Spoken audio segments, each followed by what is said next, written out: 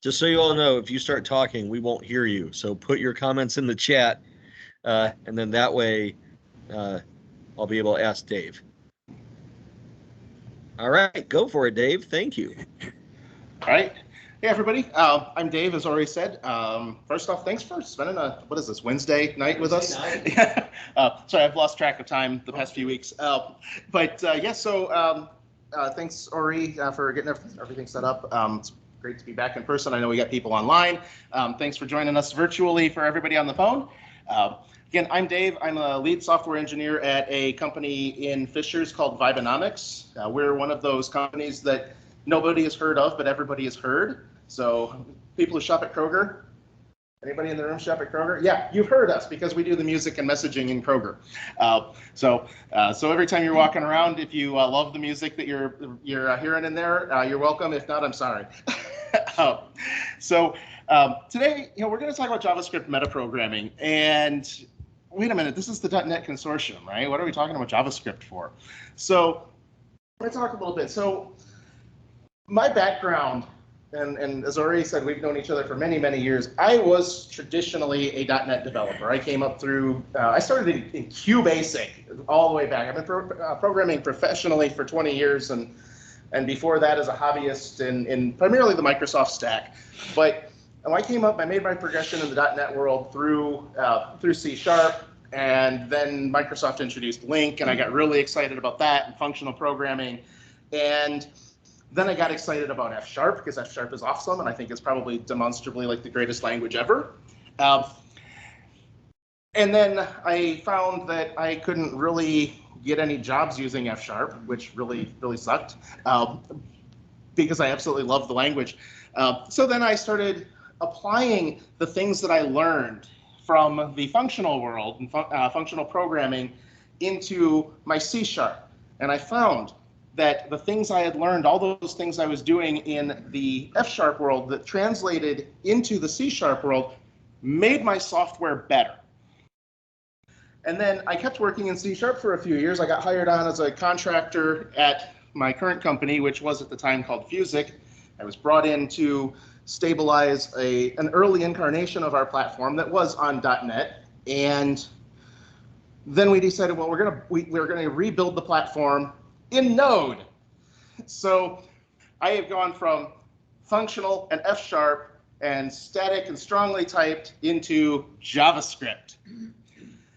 And it's been said, I think it was Alan Perlis said in some of his old, like predating my existence writings on software, that any language that doesn't change the way you think about software is not a language worth knowing. Well, if JavaScript doesn't change the way you think about software, nothing will. So when I made that transition, a number of years, I think we started on this project 4.5 years ago. I was taking a lot of those things that I had learned in the functional world and realizing that they also translated neatly to JavaScript. Now, things like immutability, yeah, throw that away because it's JavaScript, right? But when you think about JavaScript, what is the basic organizational pattern in JavaScript? Well, it's the function. You want to do any type of encapsulation, any type of data hiding, you're wrapping it up inside of a function. So there were things that gelled very nicely. And then the dynamic nature of it, I found really fit well with some of my other thinkings on software. And JavaScript, as I've worked with it, if I was working on ES5, all this conversation and the things I'm saying that are so great about JavaScript, I probably would have changed careers. ES6 is awesome. Like, I love working in ES6. So those things have really, that I took those principles from the functional world, I really was able to bring into the JavaScript world, which changes the way that I write code. But then JavaScript has all of these really cool capabilities based on its dynamic nature that we can really lean on things like metaprogramming. So in this talk, we're going to go over a lot of the metaprogramming capabilities that JavaScript offers, but it is not intended to be comprehensive. There's a lot of things that we will not cover, but I'm going to talk about certain ways that we can utilize the built-in metaprogramming capabilities to make our programs more aware of themselves. It's a big topic, so again, not going to be comprehensive. I am primarily a backend developer, so we're going to be talking about these. This is going to be very much flavored by my Node experience, but it is in no way specific to Node. Like everything we're going to talk about today, with a few exceptions where I brought in Lodash to simplify some examples, everything is vanilla JavaScript. And so I built these examples a while ago. It was against version 14 of Node. I'm on 18 today. Everything still works fine. And my current project, the software I've been building for the past several years, makes extensive use of these techniques. And I have some examples of how I'm using these techniques in my code base today. So metaprogramming, what is it? Guesses? That's part of it. Reflection is part of it. So in a nutshell, it's programming about programming. So where we have metadata being data about data, the data that describes other data, we're going to be writing code about code. We're typically going to break this down. When you start reading the literature on metaprogramming, you get into three categories. You see code generation. We'll talk about code generation a little bit. This is your writing. This is your code that writes code. In the .NET world, I think Tom and I worked on a project that we actually had stuff where it was taking, you'd fill in like a validator function in a text box and use that to generate assemblies that we could use for custom validation. I don't find that to be particularly useful in JavaScript because JavaScript is already fairly dynamic, but there are ways to have your code write code. We talk about reflection, which is what everybody goes to when we start talking about metaprogramming. And this is where we're going to spend most of our time today, because that's where the really cool stuff is. Reflection is, as I've listed here, interrogating and manipulating your code. How can you modify or inspect your data structures? And then there's intercession, which is intercepting behavior. How can you respond to certain things within your code? And this is a huge topic. There's entire pieces devoted to it. I have a couple of examples at the end if we have time. But again, we're going to spend most of our time talking about reflection today.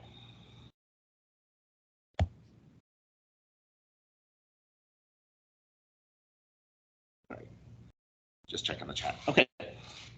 So one of the things that's interesting, though, is that most of the stuff that we're going to talk about, not all of it by any means, but a lot of the stuff has been available in JavaScript even since its earliest days.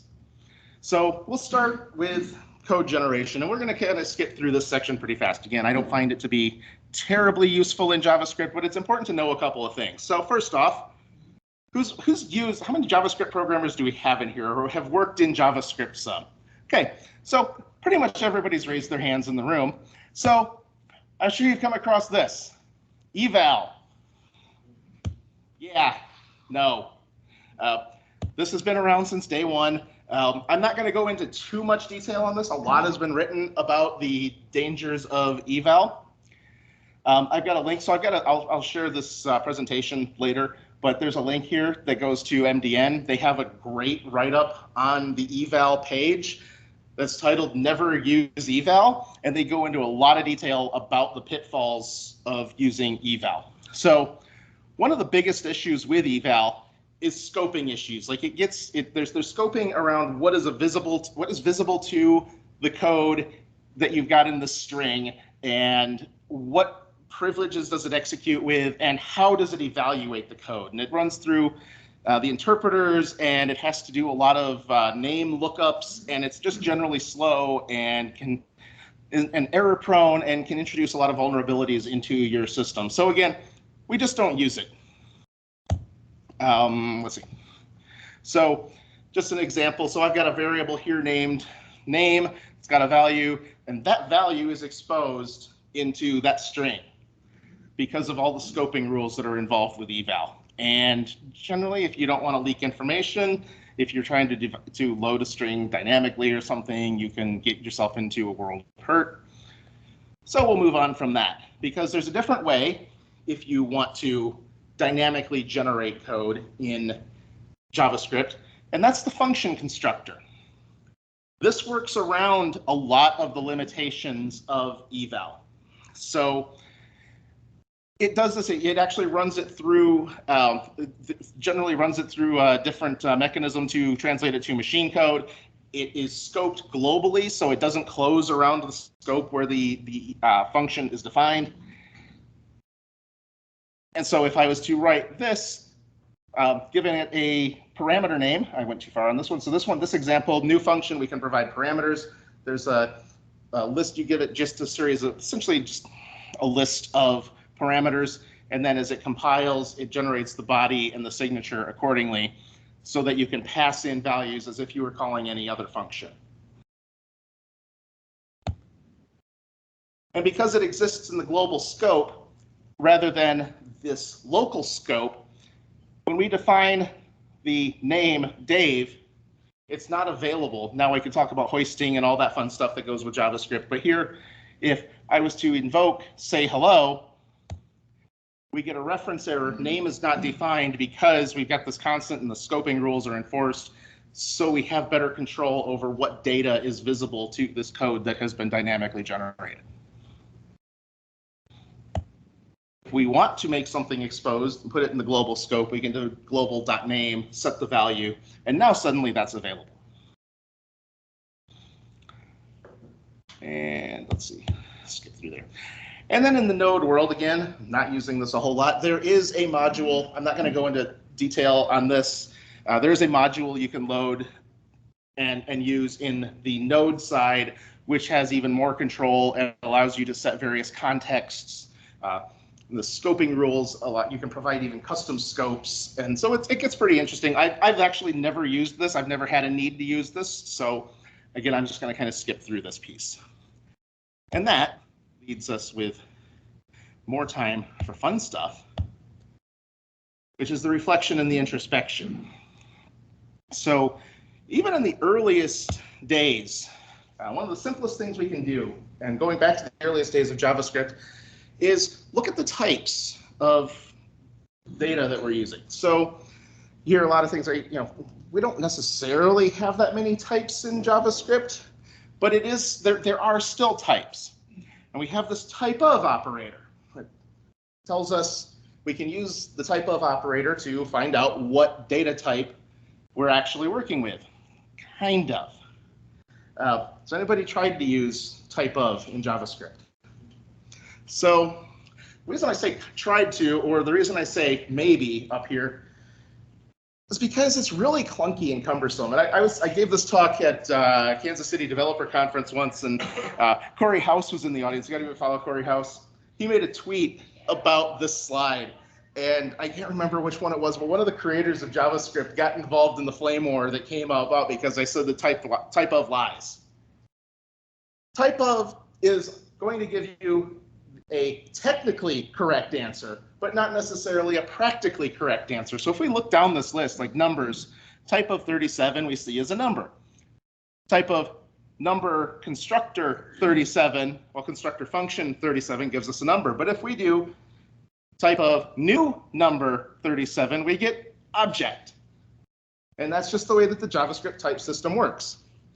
So I generally don't use type of. I use something like Lodash, which has some more robust type checking options built in. And again, with MDN, if you look at the documentation for type of on MDN, it actually tells you that there are better options, and it provides even a better implementation of type of. So generally, the guidance is yes, it will give you a technically correct answer, but you've got to be careful. Now, most of the time, if you're going to say type of 37, you probably already know what it is. But if you're doing this against some value, some variable you've supplied, this shows you have to be careful. If you've instantiated something, you probably have a good idea of what it is. But do any of us write code that doesn't have any type of third-party libraries associated with it? How do you know how things in another third-party package have been instantiated? Are they doing number 37 or new number 37? You need to be aware of that discrepancy in the behavior of the type of operator. So it can be useful, but there are better options. Also going back to the beginning of JavaScript history, we've had some built-in reflection capabilities beyond just interrogating our types. We've always been able to detect properties. Anybody use the in operator? Like, that was kind of the way we did it forever. So we've got an object, I'm using the initializer syntax, got three properties, first name, last name, age, and then first name in my object. Well, yeah, that's true, there's one defined. Same thing with last name, but we don't have a middle name, so in returns false. We've also been able to dynamically attach properties. JavaScript is very dynamic. So when you think about a typical object in JavaScript, what is it really? It's a dictionary. It's key value pairs. Object, we have a string key and some object value. You can add things into a dictionary, you can remove things. That's what our structure is. So even though I have not defined, it defined an age property in my initializer, I can still dynamically attach one by using myObject.age gets some value. We also have the bracket syntax. Anybody use this one? Bracket syntax when you're working in JavaScript?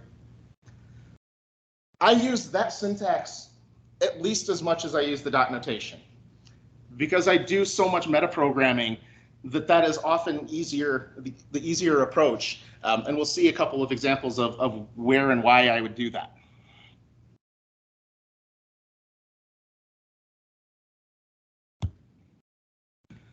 So not only can we use in to determine if a particular name exists, we can get a list essentially of all of our properties that are associated with an object. So if I've got my initializer with those same three properties, and I define an array that I'm calling all attributes, I can use for in.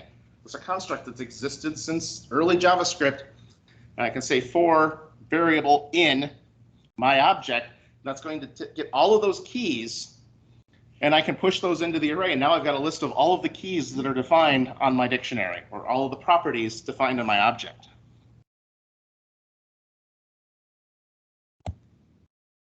We can use that same structure to help us copy values. Again, we go to that bracket notation.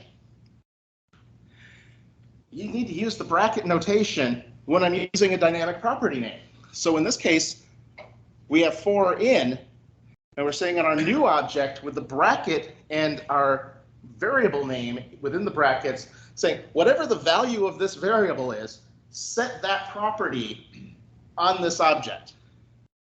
And on the other side of the equals, my object, and then in brackets, the attribute, given that value of this attribute variable, get that value from this. So what this is saying, get the value of this property named whatever that value is from this object and put it in the other one as the same key. That allows us to just copy data effortlessly. I don't even need to know the structure of my object to copy values from one object to another.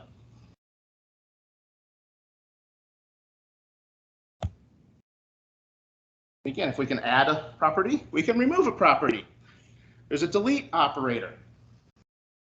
What this does is say, if I've got a key in my dictionary with this name and I can use the dot syntax, remove it. But there's something odd here. Delete my object age returns true. Delete my object middle name returns true. Does my object have middle name? No. Now, one of the quirks of JavaScript, it just says, yeah, I'm done. I didn't actually do anything, but I completed successfully, so take it for what it's worth. And then we can see if we do the in operator against these first name in my object is true, same thing with last name, and then age, because we deleted it, age no longer exists in my object.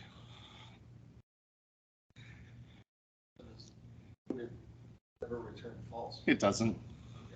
Yeah, it's weird. Anybody see the, I wish I could remember who it did it. There's years ago, there was a video, JavaScript, it was all JavaScript quirks called WAT. It's hilarious. Look it up. JavaScript WAT. I recommend it. It's well worth the watch. It's funny. JavaScript, the good parts. Yeah, except I hate that analogy. So inevitably, somebody brings up JavaScript, the good parts. Everybody see the old Twitter meme that had JavaScript, the good parts versus JavaScript, the definitive guide, and how different they are, and how JavaScript's terrible because look, the good parts is only this thick. Well, if you actually look at the definitive guide, 90% of that book is about the DOM. It has nothing to do with JavaScript whatsoever. All right, cool.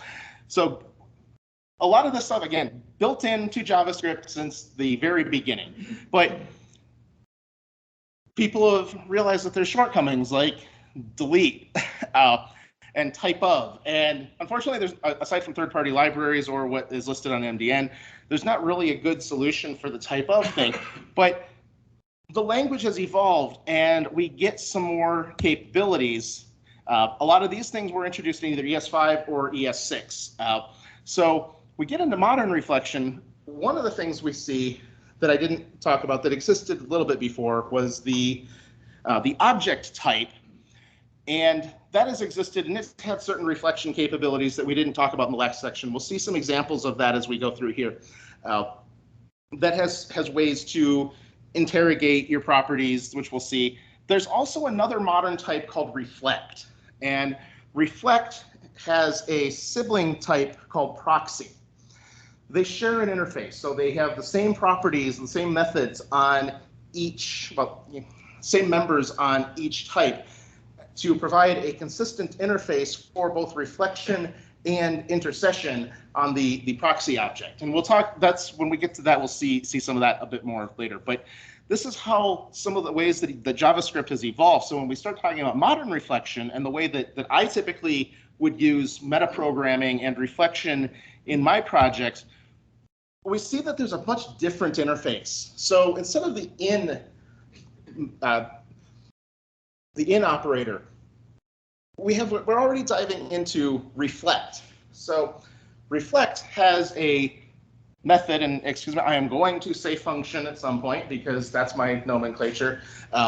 Yes, I know it's a method, but what is a method but a function with some added context? So I will be saying function at some point. Forgive my slip. I tend to speak in much more general terms. So reflect has, we provide it, what object are we interrogating and what property are we looking for? What key are we looking for in that dictionary? So I want to see reflect has my object age. Well, no, it doesn't. But now, and I'll come back to this in a minute, we can define properties, not just by using the dot syntax or the bracket syntax. There's an entire model around defining properties that gives us much more control over how these properties behave. And we'll come back to that in a little while. But if I run define property against my object providing age and what's called a property descriptor, then when I do reflect has against my object and age, I see that that has been defined. We can still use the old structure, but if we want more control over how that behaves, we can do object define property.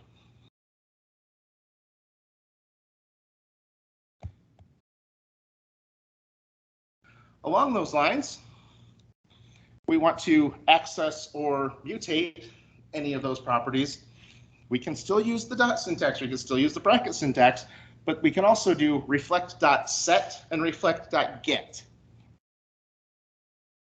And it's doing exactly what it sounds like it's doing. I want to set the value of some property in my object to some value. And then I want to get that value out. And it follows the same basic. You see a pattern here, reflect.set, target object, property name. Same thing on the get.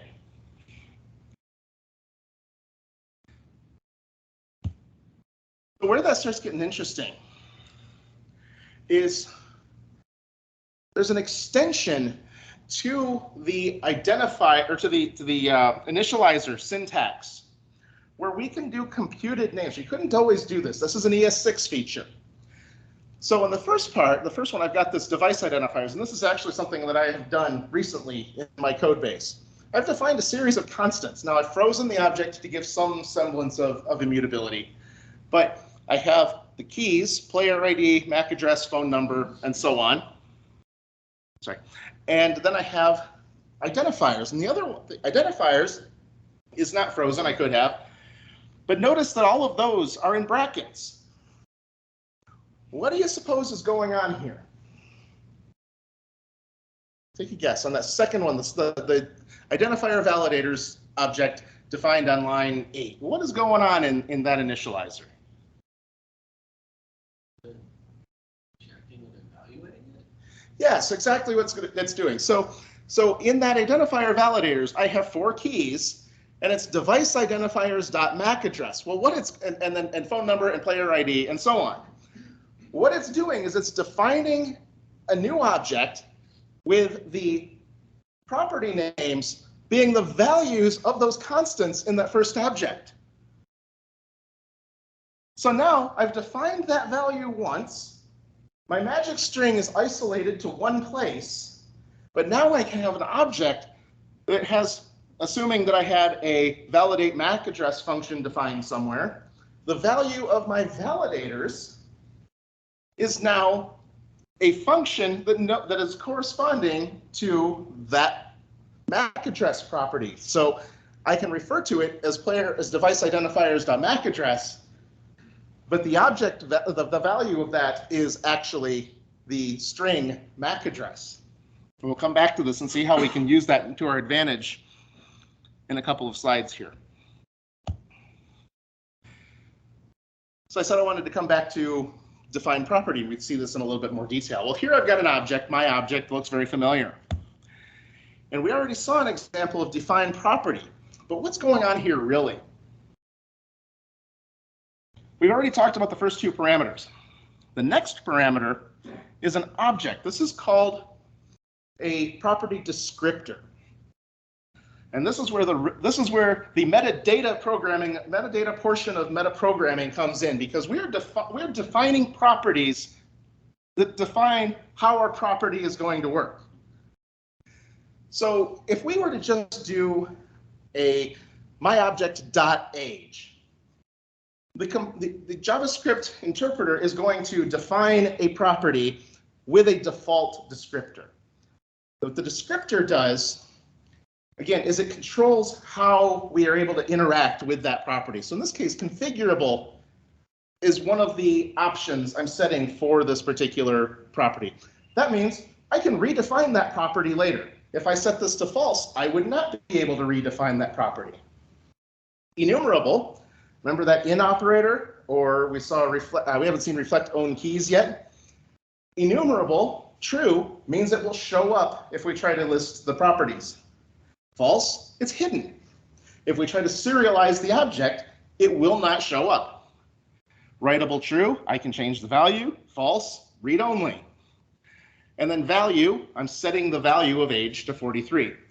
There are a couple other options in here that we can set. We haven't, that we don't really talk about in this talk, but there's a get. So if we want to do some of that intercession, like thinking a .NET class or C# class, you're doing a getter and a setter, we can control that behavior in here.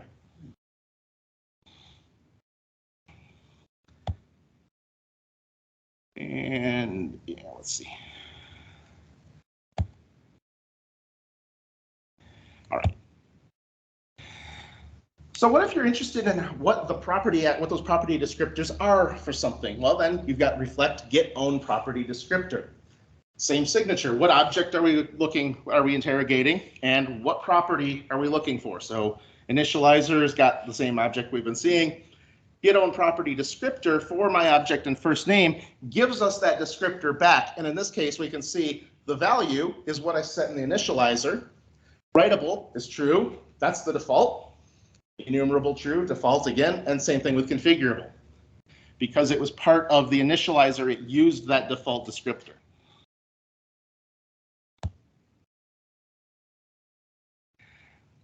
Okay, so again, if we want to look at controlling how these appear to us, if I want to inspect that object, I'm going to define a new property. I've got my object with first name and last name, but I'm going to add an age property to it through reflect define property, I'm going to allow it to be configurable, but I'm not going to allow it to be enumerable.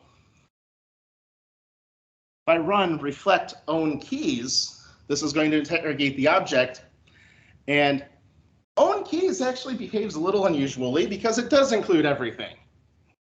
But if you do get own property names, yeah, that actually is doing the same thing, but object keys hides it. And then in, I believe, does the same thing where it hides it. So why is it important to understand, and why would you might want to inspect the property descriptors? Thoughts of where that might be handy? Well, that's exactly, debugging is a perfect place where you might want to understand what that descriptor is. But I ran into a problem with this one day. I was very confused about some behavior I was seeing. So, standard JavaScript error type. Going to create a constant named ERR, and it's going to use the constructor function passing in a message. And if we were to inspect those values, say error message and error stack, we would expect that the stack trace would be wherever that was created. We would expect the message to be the word fail. And what is the JSON object? Say we wanted to serialize this error to a log file or something. What do we suppose the resulting JSON string would contain? Any thoughts on this? Error with the message. Wrong. Nothing. So it's empty. Why? It's because it's not enumerable, and JSON stringify is trying to enumerate the properties. So for whatever reason, the geniuses that defined the error type made sure that none of these properties are serializable by default because they are not enumerable. So if you pass it into JSON stringify, you get an empty object. But it's configurable, so you can change it. Yes, it is. Yeah. So that's where that configurable flag comes in. So when I found that I was getting errors, but they were not showing up in my logs because I was trying to capture them on an object, and I couldn't see, like, I see that it's thrown the error. What the hell? All of the error is being logged out accordingly, where I was referencing the properties directly, but when I tried to serialize the error to my object that was identifying what the result of this HTTP request was, it was empty. So when we get our own property descriptors on the error type,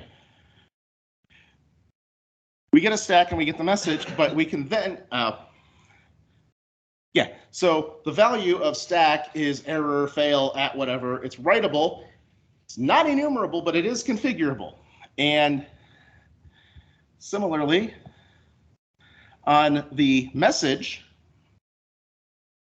I really wish, this is the shortcoming of Reveal.js, is I can't actually scroll both windows at the same time. So we see that the message property value is fail, exactly what we'd expect, but it's also writable, it's not enumerable, and it is configurable. So that allows us to define new properties.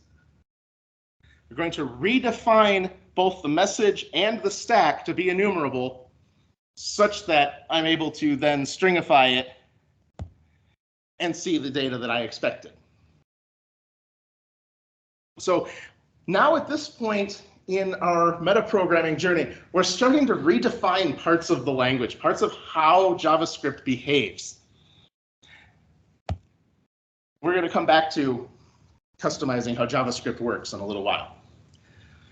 So like we had the delete operator before, we now have reflect delete property that allows us to do the same thing. It's a little bit better. Not much, but it does give a little bit better interface. There's some behavioral differences I don't remember the specifics of off the top of my head, but it does, reflect delete property does give us better, it better handles error conditions. Like we would get type errors and stuff in here if we try to do certain behaviors. I don't remember the specifics. I don't delete properties very often, that's why I don't remember.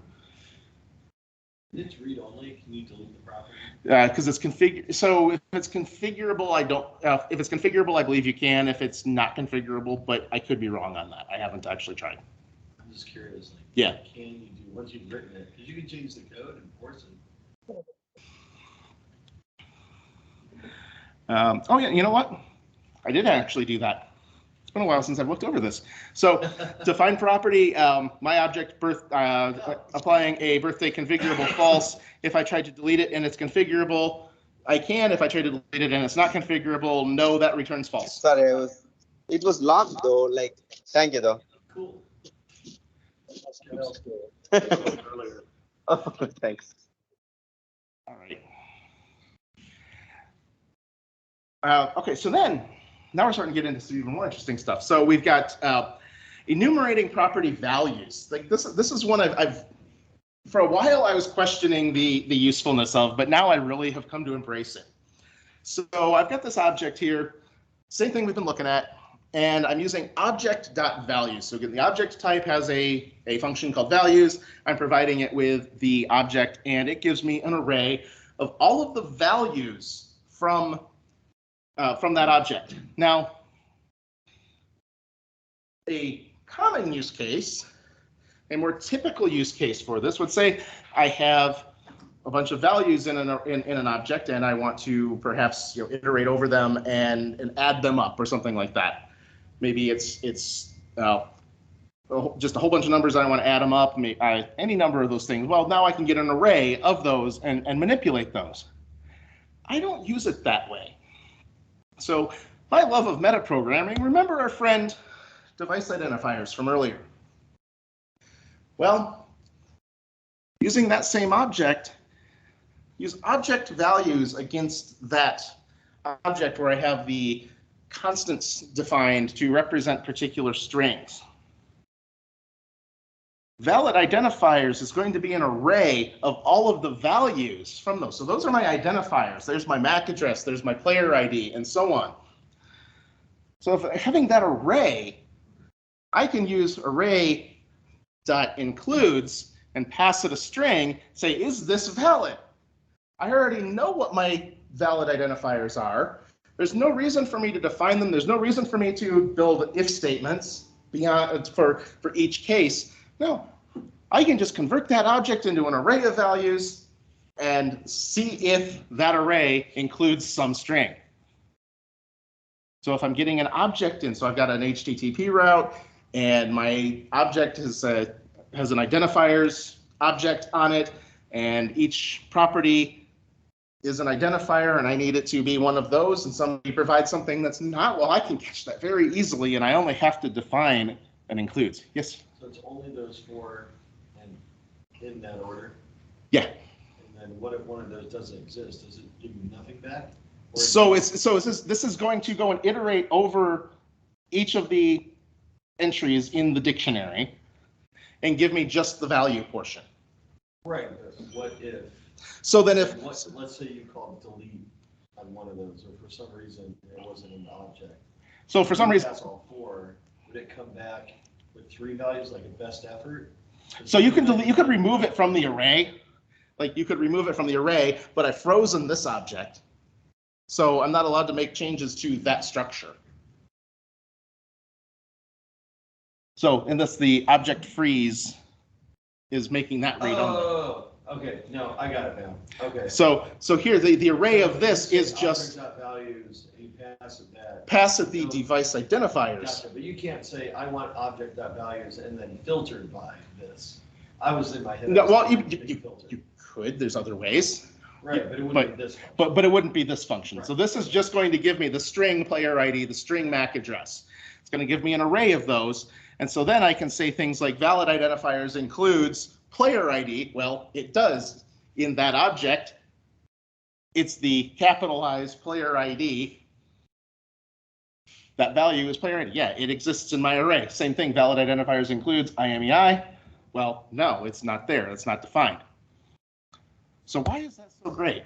How does that help us with our coding? Well, take that same object and remember our formatters from earlier. Let's assume that these functions exist. I have this object that is keyed with those string values, so this is MAC address gets format MAC address, phone number gets format phone number. Well, object values, passing in that device identifiers, the first object, for each over those. Well, now I've got the individual identifiers.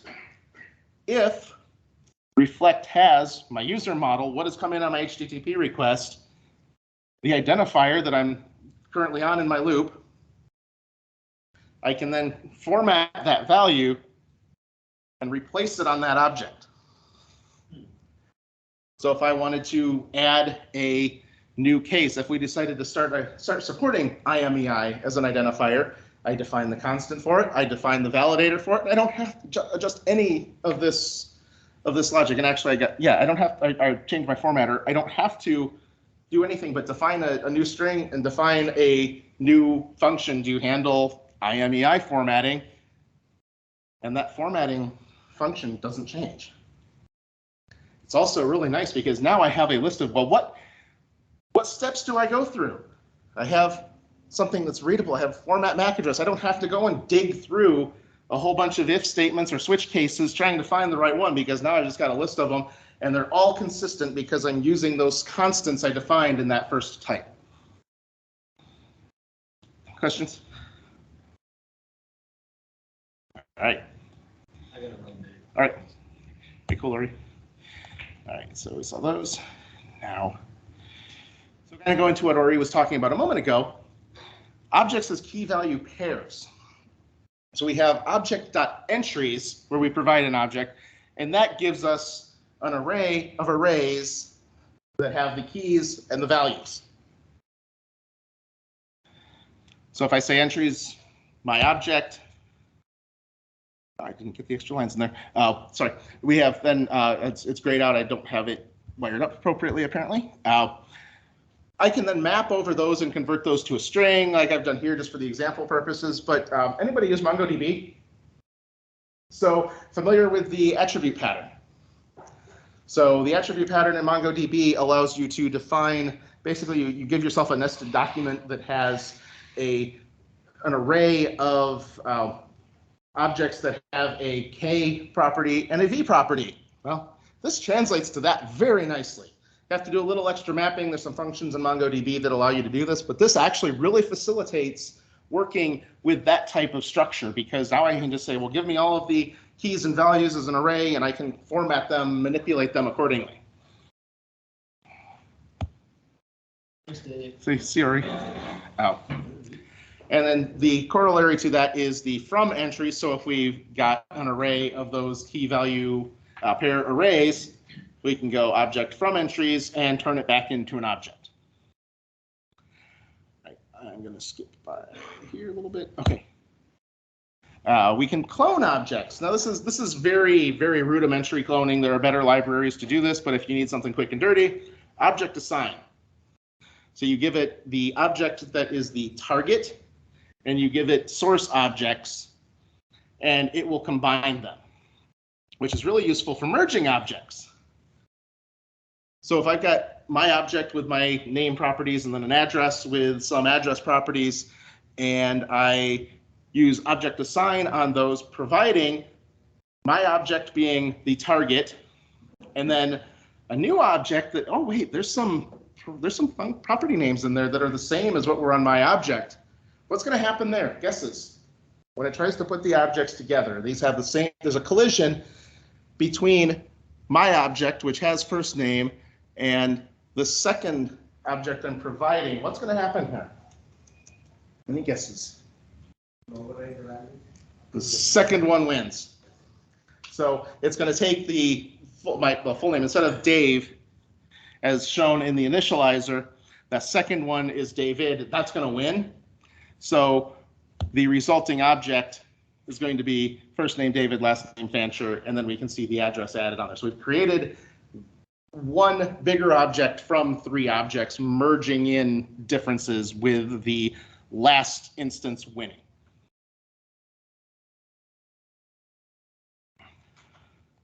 Okay.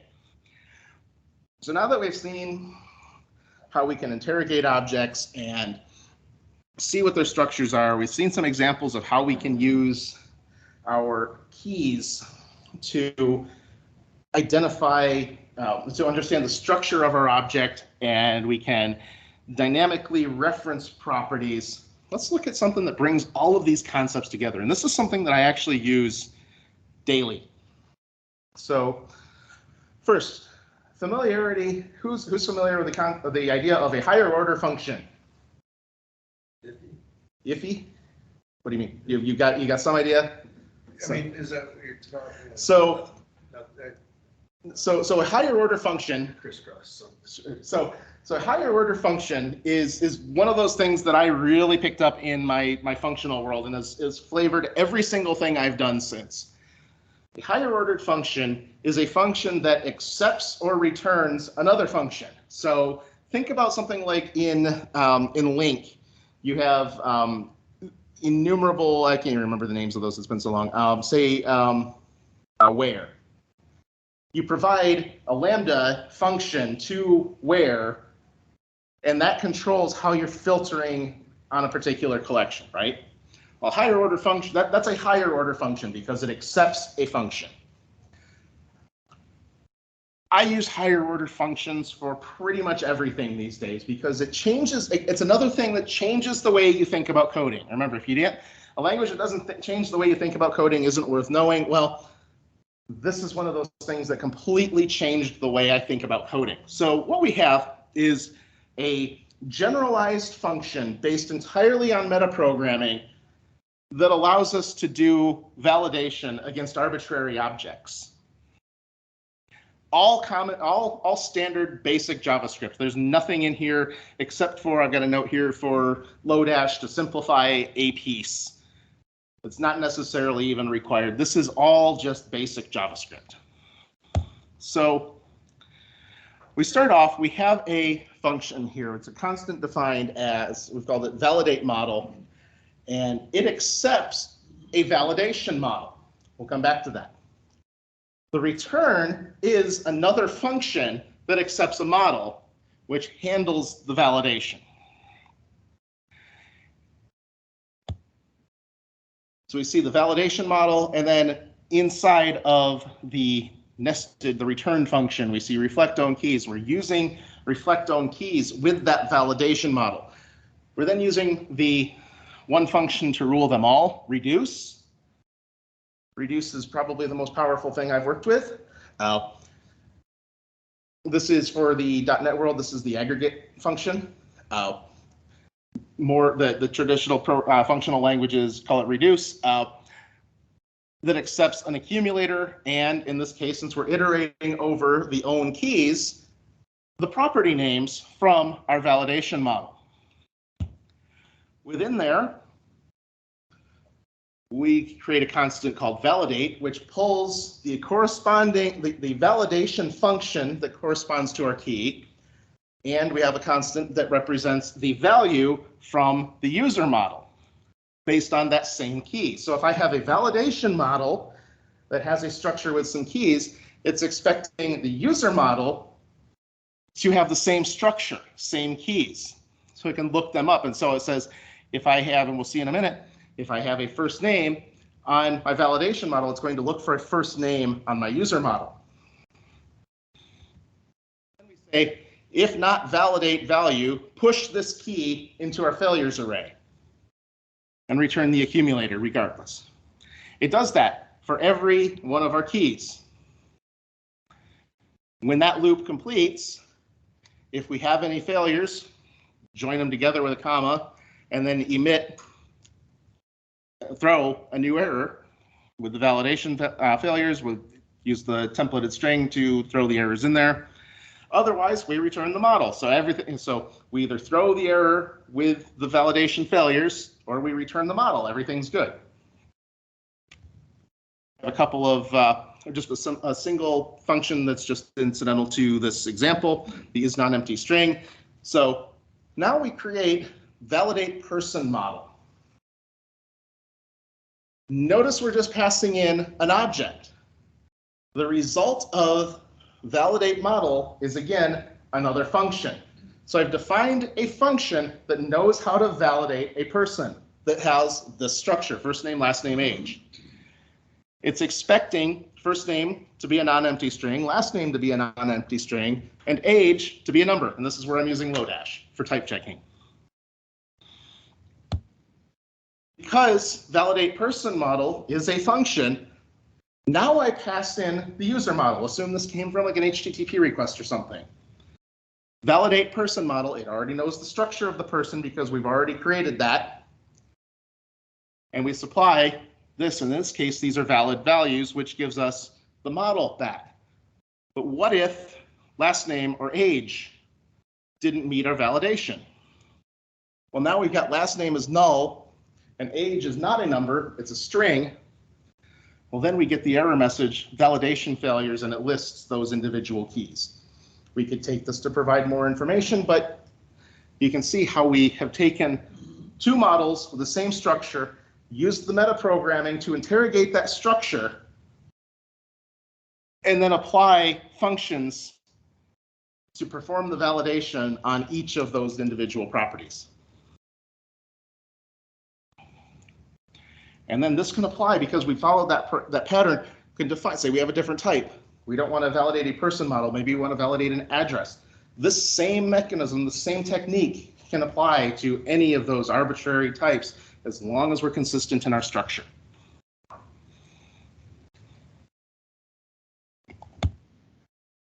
Okay. So then we get symbols. Symbols are amazing. Symbols are, as we say on the slide, collision-free extension points. So I remember when I started in JavaScript, I was always like, don't extend object prototype, don't extend the built-in types. Well, people wanted to extend the built-in types. And why did people say don't extend the built-in types? Well, somebody else could come and define something that would step on this and it would replace it. So if you define some value, if you attach some value named X to this built-in type and somebody else decides to come in and attach something named X, theirs is probably going to overwrite yours. Well, symbols are the solution to that. They are guaranteed to be unique. So you create one, they are guaranteed to be unique. You can't serialize them, like they just exist, they just are. And you have to maintain, generally you'll have to maintain a reference to it. There are ways, which we'll see in a minute, that you don't have to. I don't like that technique, I have a different approach. But they allow you to extend pretty much anything you want. They can be hooks, so you can provide custom functionality. There's a lot of power behind symbols, and in fact, symbols drive a lot of the built-in constructs for JavaScript. So just as .NET uses things like idisposable to drive things like the using statement, JavaScript now uses symbols to drive a lot of the built-in behavior. So we can create symbols. We don't use the new keyword on it. We just use the constructor function. So my symbol 1, or I can do my symbol 2. The symbol takes an optional string that is used for debugging purposes only. It has no use outside of that. We have the global symbol cache, which we can, that's a global symbol registry, where you can register symbols and reference them. I don't like this. There are some symbols that are used in that the system defines that are in there. I don't ever use this. I just maintain references to the symbols as I create them. If we call symbol 4 and the symbol doesn't exist for that particular key, then it creates one and we get that brand new unique symbol back. Otherwise, it'll just give us that one that it's already defined. Again, I don't use that very often, but again, these are extension points. So if we create a symbol, we give it the label of greet, and I want to define a function called say hello, I can attach a symbol just like any other property, and this is where some of that computed property naming comes into play. Notice it's in brackets in my initializer. I have greet, which greet is my unique symbol. And then I can reference it. So it's going to derive the value of that symbol as the property name. And now it's a function, and I can invoke it like any other function.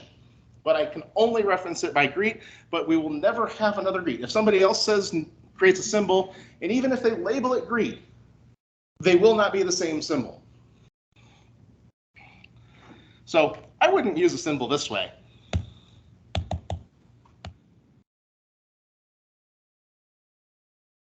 I would use it more like they talk about here. So again, I said it drives many built-in features. So things like symbol has instance. This is a well-known symbol that drives the behavior of instance of. Symbol iterator drives the behavior of for of. Symbol split drives the behavior of string prototype split, and so on. And the nice thing about these is that because we know the names of them, they are well-known symbols, we can override behavior within types. So I'm sure anybody who's worked in JavaScript has run into object. Like, oh yay, I love object. How do I debug this thing? What object is this? Well, we know that the well-known symbol toString tag drives that behavior. So if we define a property on my object and implement that toString tag, we can then control the behavior such that the result of calling toString is now object and then the name. We can control that behavior completely. For that one, and this is where stuff gets really powerful. So extending built-in objects. Let's speculate what's going on here. Is this even JavaScript? This is using symbols to build functional pipelining into our system naturally. So we define a natural fluent interface for arbitrary types by extending object prototype. We do that with a simple function, simple higher order function called attach symbol. It's going to accept a target. What are we trying to extend? That gives us a function that accepts a function. What do we want to do? And it attaches a symbol, creates a new symbol, and then it uses reflect define property to create a non-enumerable, non-writable, non-configurable property that has a value of the function that we supplied, and then we return that symbol. So if that property's key is our symbol, we've got a function here, attach symbol to object prototype. So we're partially applying that, just doing what is our target.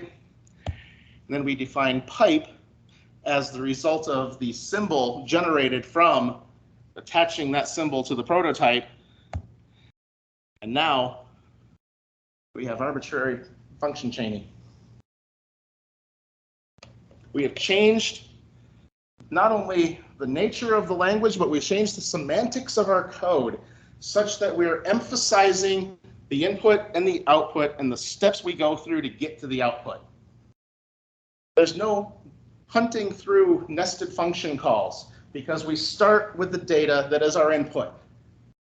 We have this object. It's the same object we've seen all along. We pipe that to something that does a transformation. We pipe that to something that converts it to a string. And then we then pipe it to something else that capitalizes all of it. It's a descriptive set of operations to get from our input to our output. A functional programmer in me hates this. JavaScript people, who likes the this keyword? There's so much written about how much of a nuisance this is and what this means at any given point and the headaches that it causes.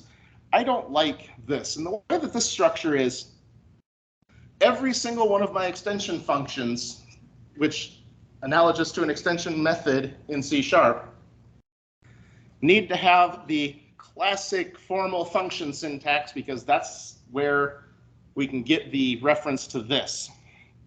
But if I want to use arrow functions and get away from all of that implied context, we can change our structure for attached symbol ever so slightly such that value is the function, the formal function, and it returns a result of applying this from this context to the function that's supplied and then providing the additional arguments. And so that our new pipe definition, attached symbol to object prototype, takes the context, which returns the function that accepts the function, which then applies the context to the function. And changing the semantics of the language through metaprogramming to give ourselves a concise list of operations. And I think, yeah, and we can do it with arrays too. So I actually use this one, attach symbol to array prototype, and I have a grouping function that does the same approach. I can extend any arbitrary object through that attached symbol, telling it what object I want to extend, giving it that symbol, and now I've applied attached a function to that, or as that symbol to that particular object, and we can use that. And so group by already even uses pipe to do the behaviors that we saw in the last example. So if we,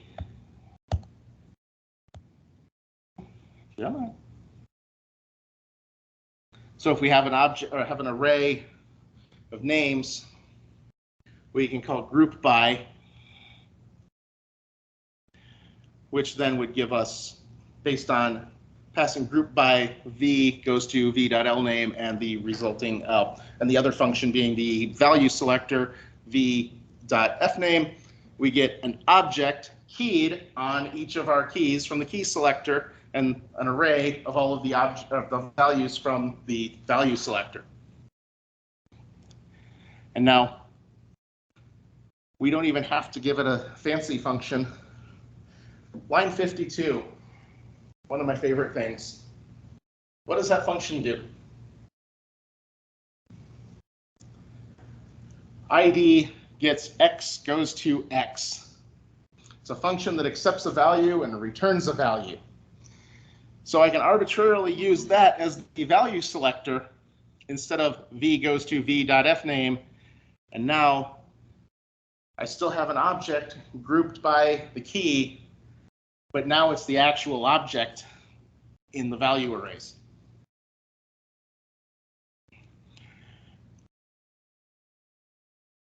So this is the power of metaprogramming. Again, we can inspect our types, we can control our types' behavior, and we can even customize the language itself in much more generic, abstract ways, such that we can spend less time writing plumbing code and more time focusing on the actual business cases that we're trying to solve.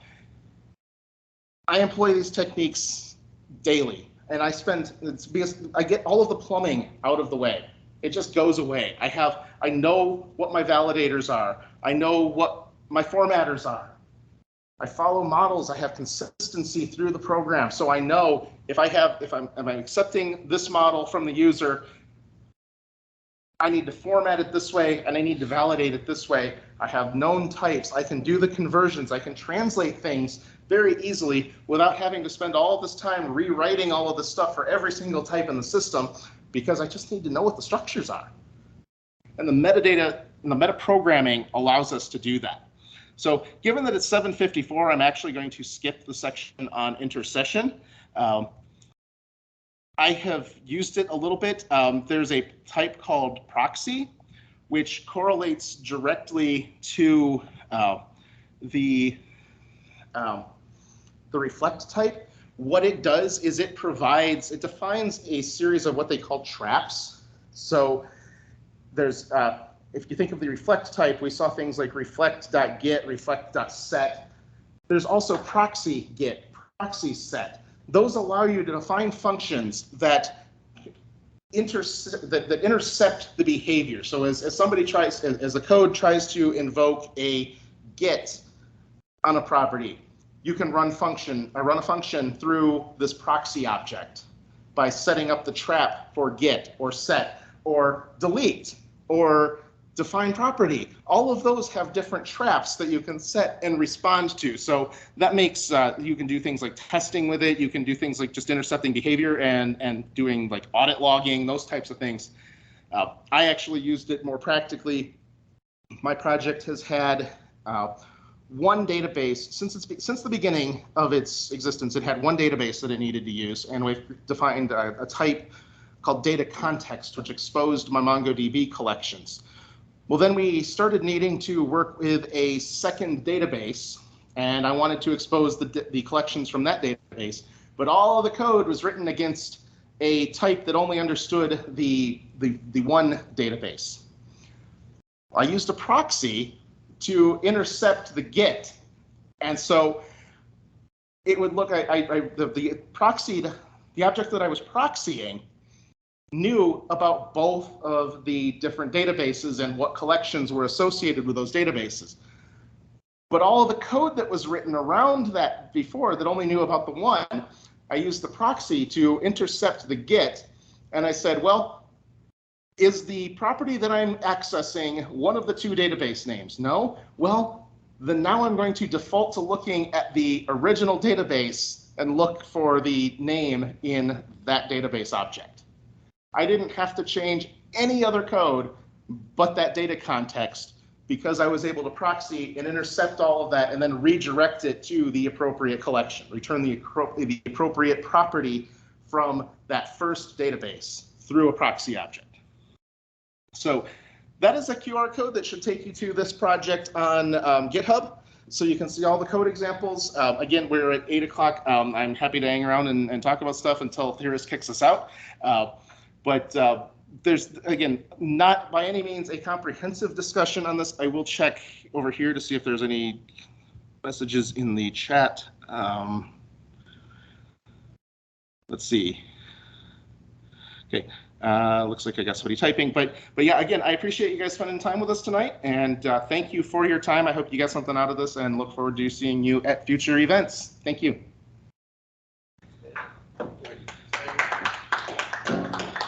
Question on the chat here was, what's the performance penalty? And truthfully, I have not noticed a penalty at all. We have response times in milliseconds for everything, including database communications. So I have not noticed any performance penalty. Nothing that is something that would stop me from using these techniques. Is there a metaprogramming validation library is another question on here. Not that I found. I haven't honestly looked. This has been, when I know the object structures, I have not plugged them into anything in the metadata. The metaprogramming pieces, the reflection pieces are straightforward enough that I haven't found it necessary to go find a package. And I'd rather not take the dependency.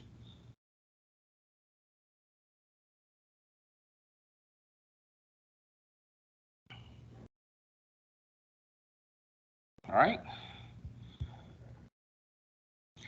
Well, that's all I have. Thank you guys very much. Have a good night. Thanks again, Dave. Glad you guys all made it out tonight. Like I think you said earlier, we do this the first Wednesday of every month right here.